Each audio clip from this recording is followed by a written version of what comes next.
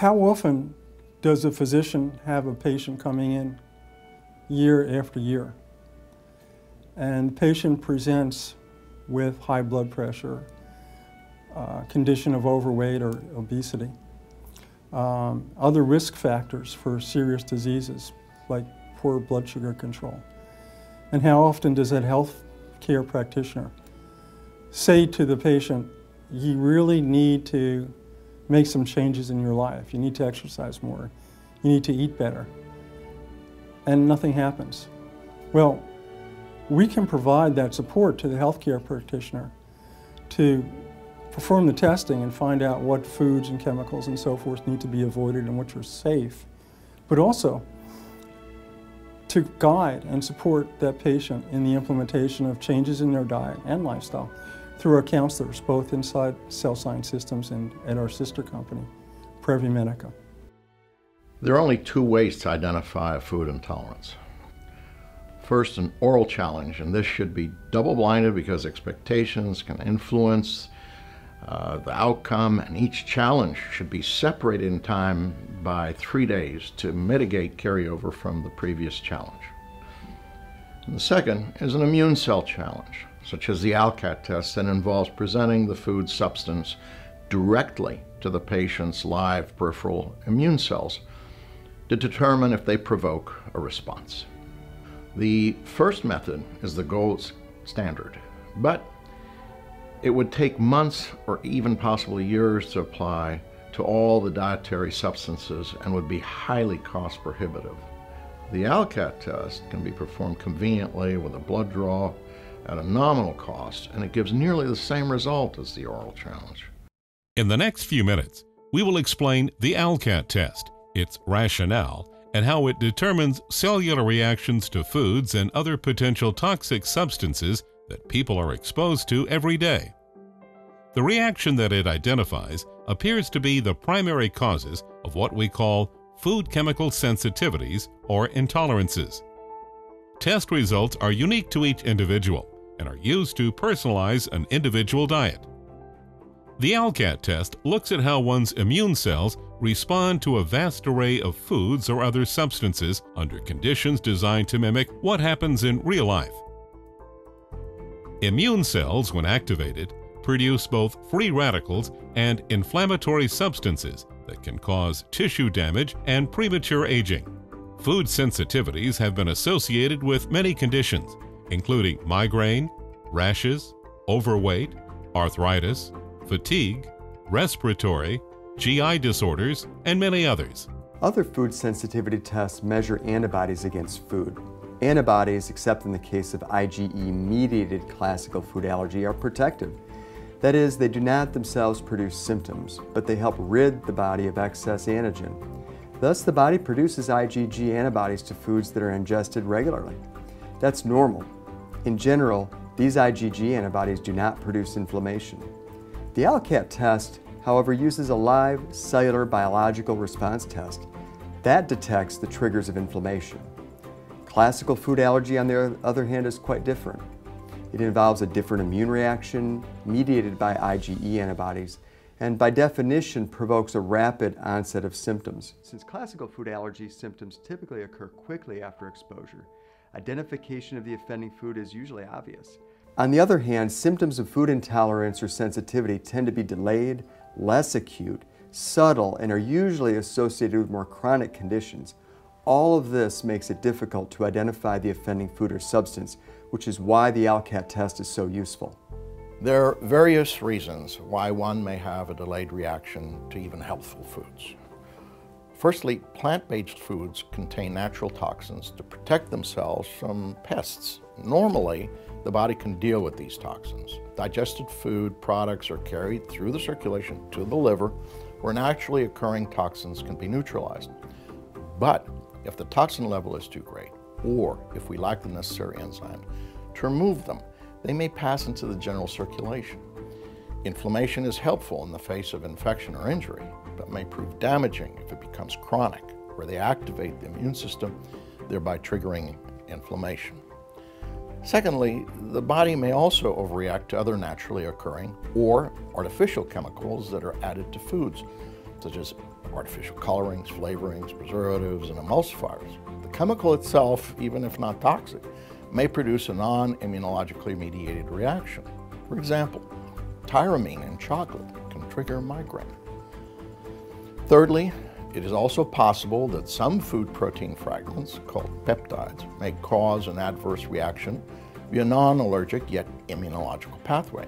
Here, Dr. Alessio Fasano from Harvard University shows how gluten causes activation of granulocytes in the intestinal lining of experimental animals following contact with gluten.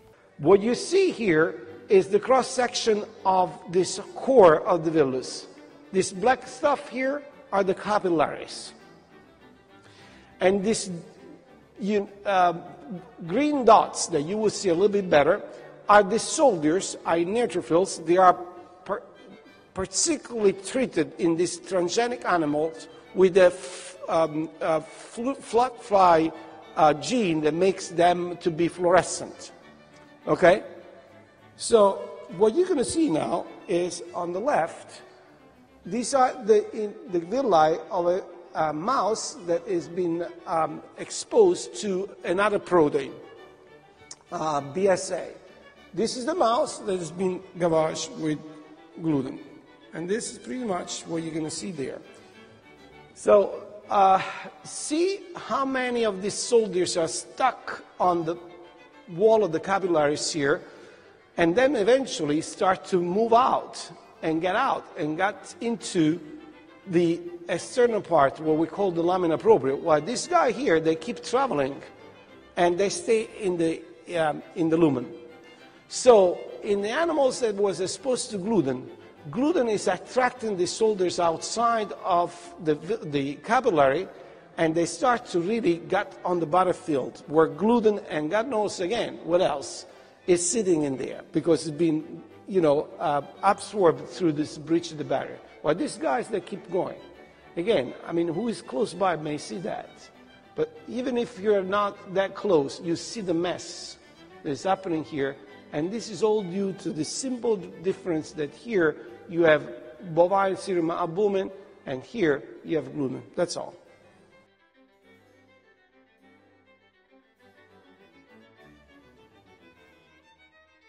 The blood sample is received in the laboratory via an expedited courier while the cells are still viable. The patient's data and requested tests are entered into our secure laboratory information system. All patient blood samples are barcoded for traceability, identification, and tracking throughout the testing process. Each patient's cellular profile is unique. Therefore, we first perform a preliminary test to determine cell number and distribution.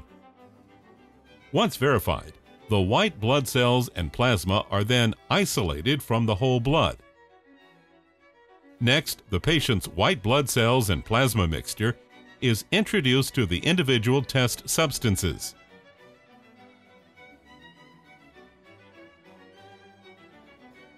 Test substances are prepared from organic raw material following strict preparation protocols and quality assurance guidelines. Our manufacturing division is an FDA-registered medical device establishment and is also ISO EN 13485 certified as a medical device manufacturer. Cell Science Systems Lab is certified and licensed by the U.S. government.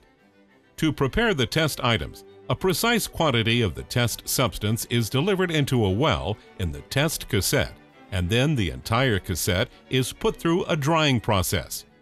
The dispensing system is accurate within a 1% range. There are 55 wells arrayed in the specifically designed cassette.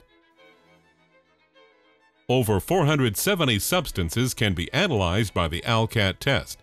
This may seem like a lot, but considering a fast food hamburger contains approximately 70 different ingredients, this is not excessive testing. Different substances such as foods, additives, colorings, environmental chemicals, medicinal herbs, functional foods, commonly used drugs and molds can go into each test wells to allow for a variety of configurations. The entire process occurs in our ISO 7 certified controlled environment room to avoid possible contamination. The test substance is bound to the bottom of the well, as can easily be seen in the food colorings cassette. A robotic system is used to pipette the patient's white cells and plasma suspension into each well. The robotic pipettes have an error factor of less than 1%. We now have proportionate quantities of the patient's sample, cells, and plasma added into each well containing different test substances.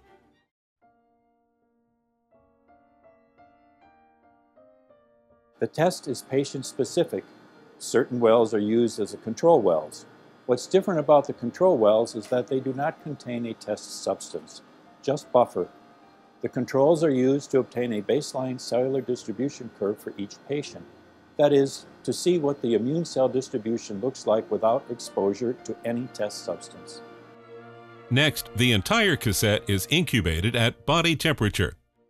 The cassettes are gently rotated during the incubation to promote thorough interaction of the cells with the test substance. Following incubation, the tests are placed into an instrument that will analyze the white blood cells in each well. Once inside the instrument, a precise volume of neutral buffer possessing defined electrical conductivity properties is dispensed into the well. A histogram, the volume distribution curve, is then created for each sample. Our laboratory processes are highly automated and coordinated with each patient's barcode using our customized information management system. All operations, from instrumentation health to quality control testing to data integrity verification, are constantly monitored in real time and displayed on screen throughout the laboratory. These systems are HIPAA compliant and provide validation and traceability that all our processes and procedures are performed according to protocol.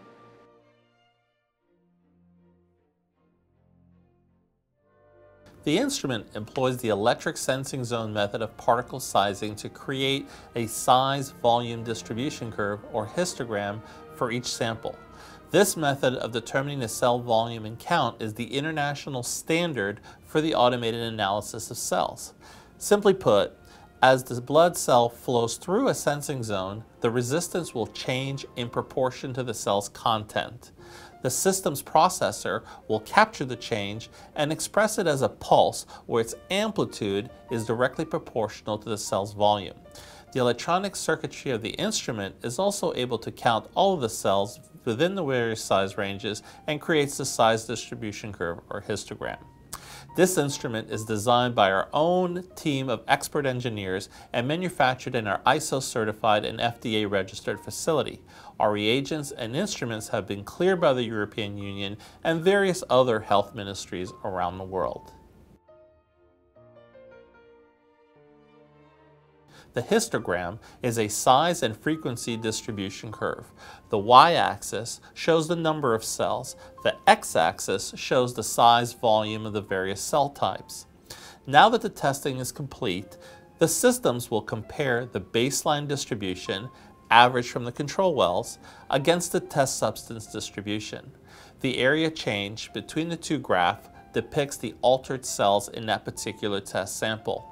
The concept here is that regardless of the pathway, be it immunologic or non-immunologic, the cells will show a reaction if that test substance activates the cells, thereby indicating potential harmfulness of that substance to the patient. Researchers at Yale School of Medicine have confirmed that the cellular changes identified through the Alcat test correlate with the process of degranulation of various white blood cell types wherein chemical mediators and free radicals are released. These chemical mediators and free radicals are triggers for a variety of inflammatory responses, which may lead to a number of diseases, including cardiovascular diseases, diabetes, neurological disorders, including Alzheimer's disease and multiple sclerosis, pulmonary diseases, including asthma and COPD, rheumatoid arthritis, kidney diseases such as renal failure and glomerulonephritis, and eye disorders, including macular degeneration and cataract formation. As each sample test curve is plotted against the baseline, a mathematical algorithm determines quantitatively the difference between the distributions and populations of each white blood cell type and variant, A cellular response is indicative of a positive reaction. Test results are evaluated and then formatted into an easy-to-read and easy-to-interpret color-coded report. For each test substance, cellular responses are categorized according to degree of reactivity: severely reactive, moderately reactive, mildly reactive, or non-reactive. And many factors can impact these results. Some contributors would be the frequency of exposure, overall detoxification ability, the presence of cofactors which may vary according to the season, and also intestinal permeability could be an issue. With increased intestinal permeability, this could be the result of one or a combination of factors, such as stress, certain medications, infection, and the gut microbiome. Whereas any cellular reaction may be significant, it's more likely that a stronger cellular reaction will be associated with a clinical response. From here, your healthcare provider or an Alcat nutritional consultant can advise you with regard to what foods to avoid, what foods to consume, and how to build a varied, nutritious eating pattern. We're very concerned about our responsibility to the environment. And so we make a special effort to recycle almost all the plastics that are used in the test, which means we recycle upwards of 250,000 plastic cassettes that are used in the testing each year. The test we provide is unique, and towards that end, we design our instruments in order to perform that testing. So we design our test to perform and provide the information that we feel is most relevant for identifying very complicated issues that have to do with how the organism, how the human being responds to their environment. And that's critical. I think it's very important to understand that this is a tool that can be very powerfully used by healthcare practitioners to help people overcome symptoms which don't respond to other therapies or other approaches. About 70% of illness can be prevented merely by changes in lifestyle, which includes diet. So by managing stress and exercising and eating a proper diet, which would be a healthful diet, but also a diet which is constructed according to the unique characteristics of each individual's biochemical and genetic makeup, I think that we can really avoid a lot of the chronic disease that we see flourishing in our society. And considering that we spend upwards of $2 trillion a year on healthcare, and so many of these problems can be prevented through simple measures that are healthy, we can then reallocate that effort and those funds for perhaps greater prevention and other things that improve the quality of life, and social programs that there's no shortage of needs to fulfill. Cell Science Systems remains dedicated to improving the health of individuals through prevention and enhancement of health outcomes and greater efficiency in the healthcare system. Programs can also be tailored for groups. Cell Science Systems also offers lifestyle genetic testing, digestive disease test, as well as other tests aimed at prevention of chronic illness. Please see details at www.alcat.com and www.previmedica.com.